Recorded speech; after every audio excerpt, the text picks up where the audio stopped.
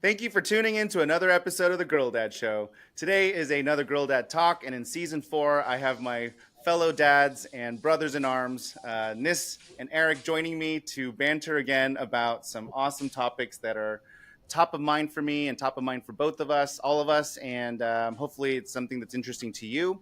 Today, we are going to talk about the iPad and what's known on the internet as the iPad kid generation, where we have kids being exposed to the iPad device and a screen during dinners and needs of time when you're busy. And we just want to go over some of these concepts and thoughts that are coming out and some of the pros and cons.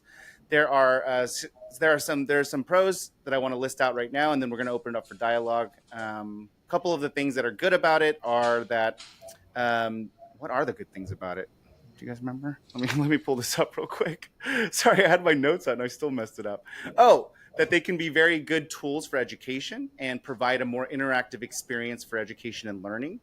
The second thing is that it serves as an entertainment platform to keep them occupied during times of big needs and obviously adult things that we need to get done and make life work in this busier digital environment. And then the last thing is it exposes them to tech literacy, which is an obvious thing that they're going to need to survive and thrive in the future. Or is it? I'm not entirely sure, but that is one of the pros of it. Some of the cons that come with it is that excessive screen time can negatively affect a children's attention span, and it makes them very, very reactive to needing things immediately. Their second is there's a lot of studies being done right now about the health issues of overusing iPads, leading to just physical problems like visual optic damage, and contributing to over health and its correlation with even obesity. And then lastly, kids also become heavily dependent on it and almost use it as a crutch and need it versus being able to interact with the world. So those are some of the pros and cons, and I'm going to stop for a second and open it up for discussion. Either one of you guys want to chime in here on any of those thoughts and what you think about iPads for your kids? I'm kind of anti iPad for kids. Why? I I think that all the things you said sound pretty true. Yeah. But I think like when people start saying things like, "Oh, it could be good for education," or "It could improve tech literacy," these like feel like kind of theoretical and kind of incremental and almost like justifying because of the other thing you said was like sort of it's convenient for parents if you got to do some shit. And I'm like, I think those are ways that parents are justifying putting their kids in front of a digital babysitter. And I think that's valid, right? But I think if you start telling yourself that you're doing it because it's better for the kid, it leads to different places. And like, nobody can tell me they have like a generation of children that they've tested this against that has definitively produced better outcomes. So while they might learn a thing or something like that, like there's also other ways to learn things. So I think what it really comes down to is trading off parent convenience against sort of like all these other evils like behavioral or like the mental health thing or whatever. I can't be convinced, for example, that not introducing your kid to an iPad when they're 3 will disadvantage them from a tech literacy perspective. Oh, really? I I, would be I very hard pressed to believe that. Nor do I think that evidence exists. my Well, none my of none of us had them at 3, so I That's don't know if that true. would disadvantage from a tech perspective. That's true. That's very true. I guess for me, the one of the things that I really like about those points is that, my wife is very on the extreme side of not having technology. She doesn't like watching TV is like a treat. They have to like do things and get points to even watch TV, let alone like get iPad time. So it's a big deal when they get iPad time, right? I, on the other hand, like I think it's part of life because I just need them to be ready for it. And so the few times I'm left alone with the kids, they already know we're either going to the arcades or we're going to be doing iPad time, right? And I'll do it with them, right? I'm right there with them watching movies and stuff. But here's the reason why I think that it's acceptable in moderation and this necessary as part of life, is because when we don't give them soda, we don't give them candy and drinks, and we had this whole like holistic like style of like living with our kids, and then we started going out to birthday parties and stuff.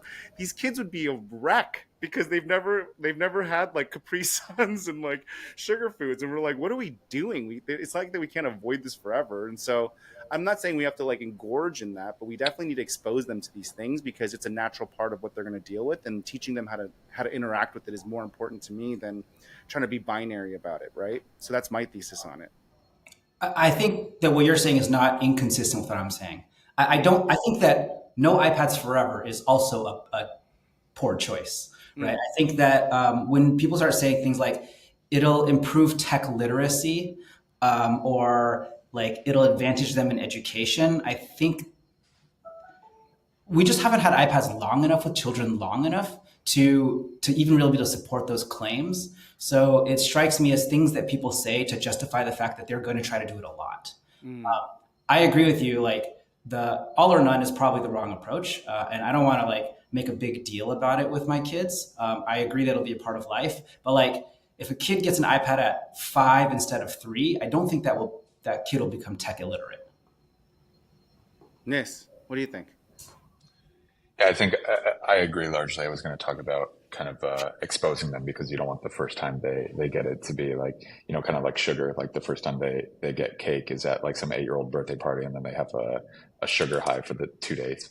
So I think I do agree with that. I also would just point out that there are a lot of different things you can do with an iPad. So, I think very big difference if you're letting a kid play like kind of one of those like very high frequency dopamine games versus potentially watching Sesame Street. Like those are two very different things. So I would also, opt for controlling what they are exposed to in that medium. So are you also saying in moderation? Is that kind of where you're going with? Oh, definitely in moderation. I think it's more about exposure than it is like part of like their daily activity. Like I think, with our 2-year-old, it's probably about an hour a week in total of like video time, right? And it's pretty much Sesame Street, right? And it was like we used it for helping him relax for potty training. We used it for like, if it's at Texas, it's 102 degrees out. There's literally nothing else to do. He's been outside all day. He's passing out. It's not bedtime yet. Like, all right, he can watch 15 minutes. So it's usually things like that. But it's like highly controlled. Like he's not touching that screen, and he's not like, or he can call a family member. He really likes that on FaceTime. Like we let him FaceTime with a family member. He can hold the phone. He understands how to end the call. He loves ending the call. So whenever it's time to say goodbye, he knows how to do that. So it's like, I think like you're getting the tech literacy, but he doesn't think of the phone as a casino. And I think that's like kind of a major difference. Yeah. Yeah, I would say, I maybe said like I'm kind of anti iPad. I mean, anti iPad as a crutch. I'm not anti iPad as a thing that exists in the world. Like, I think that, I I don't really see a huge advantage to being like let's make a choice to introduce iPads at 2. Like I don't think that telling all Americans that this is what you should do with your kid, I think that's probably a bad choice. Mm. I have a friend who is a chef, and they eat like whole foods and whatever, and they cook at home. And I remember I saw him at the gym, and their daughter had a cookie, and I was like, oh hey, what's your position? Like it's a CrossFit gym, like that whole thing. And I was like, oh, how do y'all do this? How do you handle it? He's like, look, we just don't have it at home. We also don't make a big deal about it. If she goes out and she has a cookie, it won't be the end of the world. And I think for me, like that reshaped how I felt about things that like they exist on a spectrum. You know that all of it is bad, but like none of it can also feel like this weird pressure for both the parents and for the kid. And I was like, oh, you guys have a really healthy attitude around that. And I think that I have a similar attitude towards iPad. Yeah, I mean, my only thing about this too, and this is totally going on the extreme, guys, right? So just bear with me and let me finish. I also don't know if my kid's gonna be some like $2 million a year professional gamer. Like, there's no marker saying that they're not going to be that person, right? Because like I think about like how much I love StarCraft and Warcraft growing up, and if I would have been one of those people if I just pursued it, right? Because there's these gamers that are just making tons of money, they make a great living, and they have a great life doing this thing. And who am I to stop my kid from doing that? It's a question that I'm not thinking about often, but in just full transparency, I think about that. I'm like, who am I to say what the world's going to be like in the next few years? And that's the way that they make money and a living. And I think back viscerally about how much I enjoyed playing those games and how into it I got. And I just wonder, like, am I limiting that because, I just wanted to stop them from these things that I assume are bad that haven't been proven yet?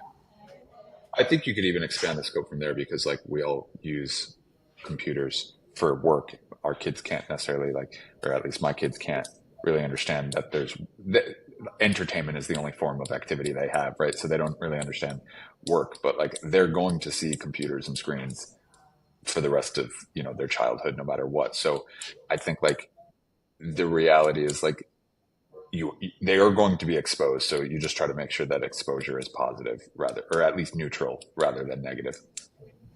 Yeah. So even if they don't become like, pro gamers, they're going to have to realize that there are people who are touch screens all day for a living.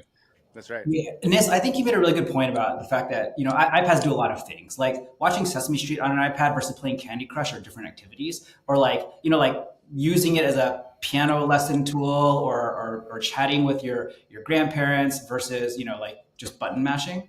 And I Yeah. think if you separate out the activities, you could be like, okay, well, my kid's playing 14 hours of StarCraft. How do I feel about that, right? And that's distinct from like, well, like just treating the iPad as a single tool device or a single use device, I think is an error. And just thinking about instead like the actual function that it's achieving at the time. I would also add to that like, you know, a lot, and this has been a theme for a lot of the conversations we've had is like, there are prerequisites here. Like if you don't have anything else for your kids to do at home and all you have is an iPad, like good luck having them not use the iPad repeatedly. But like if you have, like we have like a water station on our balcony where like he can play with water and sand and Play-Doh and like we have a bunch of other activities. And so, there are alternatives. If you haven't designed an experience for your kids with any alternatives, then like the iPad seems like more than a crutch. It seems like the only option. Yeah, that's really helpful. Let's do final thoughts on just kind of where we stand on this, and then we'll wrap this one up real quick because I feel like we're getting to a good conclusion here. Eric, do you want to start? Sure. Honestly, this is really great for me because it's helping me frame how I'm thinking about it. And I think as a result of talking to you guys today, like I'm thinking that sort of iPads and pretty much everything like lives on a spectrum from like tool to addiction. Mm-hmm. And I don't think there's like a right number of hours or even like a right number of right like category of usage or whatever. But I think that you can probably look at your kids and evaluate, hey, is this in the realm of tool, like useful tool, or in the realm of harmful addiction? And I don't think there's a clear, bright line. I think that you'll have to make a judgment call. And right now I think that's how I'll probably approach it. I'll probably, because I'm like a Luddite, lean towards less iPad, but I don't know. I think there's no right answer. It's just what are you optimizing for? Nice. Nis, you want to go So, next? yeah, I have a weird corollary to my own life. So I have a weird childhood in which I spent a significant percentage of my childhood in casinos. My family has worked in the casino industry for a long time. My dad works in the casino industry. So I've gone to every casino in Vegas since I was a baby, many, many times. So people always ask me like, oh, do you gamble all the time? The opposite. It's like so passe and boring to me. And since my family are in the industry, I know you are not going to win as the player because they work for the house. So I think like whatever you can do for anything that, you know, can potentially be an addiction, if you can like, it's always hard to tell kids, like, don't do this now because in 20 years, you're going to regret it. Like that's forever away for them. Right. But anything you can do to just be like, hey, listen, these things exist out there. We're going to expose you to it. Here's why it's like not a great thing to be a degenerate. And then just kind of make it boring by a certain age.